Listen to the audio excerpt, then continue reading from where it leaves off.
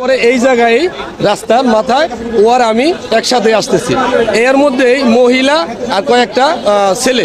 একজনটা ধাওয়ানি মারছে, সে 27-60 গায়ে ধাওয়ানি দেওয়ানে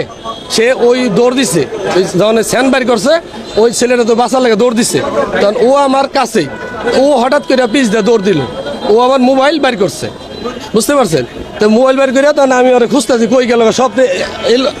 আলজল লেগে গেছে গা, যে কী ব্যাপার ঘুমনে কী হইলো, কেরা ওই যে স্যান্ড ধাওয়াইতেছে, আমি পিছে পিছে দৌড় পারি, এদিকে দৌড় পারি, পরে শুনি যে এই জায়গায় আইসা এই দোকানের মধ্যে ধরে কোবাইতেছে, তখন আমি ওই দূরে যে ব্যাপারটা কি, তখন আমি তো এখানে আসতে পারতেছি না, তখন আমি সাথে সাথে পুলিশের গাড়ি এখানে থাকে, আমি পুলিশের জন্য খোঁজ করতে যাই, না পাইয়া আমি সাথে সাথে বাসন থানার ওসিকে আমি ফোন করি, ফোন করার পরে সে বলছে যে আমি টিম পাঠাচ্ছি, এইটুকুই জানা, পরে তো সে ধইলা পড়ে যায়। ভাই আমি দেখছি, আমি চা বানাইতেছি, পরে ওই ভাইয়াটা দৌড় দিয়ে দোকানে ঢুকছে, আর 5 জন ব্যক্তি রান্দাও চাপাতি আর ওই চুরি নিয়ে মানে ওইখানে 2-3টা কূপ দিছে, কূপ দেওয়ার পরে যে আমি বলছি এই ভাই আস্তে আস্তে ভাই মাফ করে দেন, যারা হয়েছে না হয়েছে পারেন মাথার চোদ, আমার কইতেছে মাথার চোদ একটা কূপ মারবো, কূপ মাইরে একেবারে গার ফালাই দেবো, পরে আমি আমার মতন মানে ভয় পাইয়া আমি মনে করি নিচে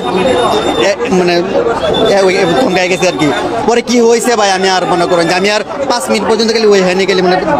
বসে আসলাম, মানে পরে কি হয়েছে আমি আর কিছু কই যেতাম না বড় ভাই। বিষয়টা কিভাবে নিব ভাই, আসলে আমরা দেখেও পুরো আতঙ্কের ভিতরে আছি, যেমন একটা ঘটনা এইভাবে চৌরাস্তার ভিতরে ঘটছে, কারণ সাধারণ মানুষ চলাফেরা করতে আতঙ্কের ভিতরে থাকে, যেমন সে নাকি পেশাগত একজন সাংবাদিক, সে ওই দিকে থেকে দৌড়ে আসছে আত্মরক্ষার জন্য, এখানে আইসে, এখানেও তার রেহাই পাইল না, শেষ পর্যন্ত তারা খুনেরা তাদের খুন কইরা চলে গেছে। আসলে এরা তো সঠিক তদন্ত কইরা যারা এটার সাথে জড়িত ছিল তাদেরকে আইনের আওতায় আনাই আমি সবচেয়ে ভালো মনে করি। দেশের পরিস্থিতি তো খুব খারাপই, এই চৌরাস্তা মোড়ে এত মানুষের মাঝে যদি কুবাইত হয়ে যায় তাহলে মানুষের তো জীবনের কোনো নিরাপত্তা নাই, যে কেউ যে কোনো জায়গায় কুবাইতে পারে। ভাই নিশ্চয়ই এটা খুব খারাপভাবে দেখার বিষয়, কারণ আমরা তো এরকম বাংলাদেশ চাই না, যেহেতু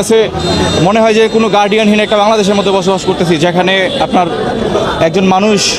আপনার যে প্রকাশ্যে খুন করে চলে যায়, ঠিক আছে, আমরা তো মানে শুনেই এটা হচ্ছে মানে মেনে নিতে পারতেছি না, একজন মানবিক হিসেবে, একজন সাধারণ মানুষ হিসেবে এটা কখনো মেনে নেওয়া যায় না, ঠিক আছে। পশুরা কখনো পশুর মতো এরকম ধরনের কাজ করে না, এটা দেখে আমরা খুবই মর্মাহত।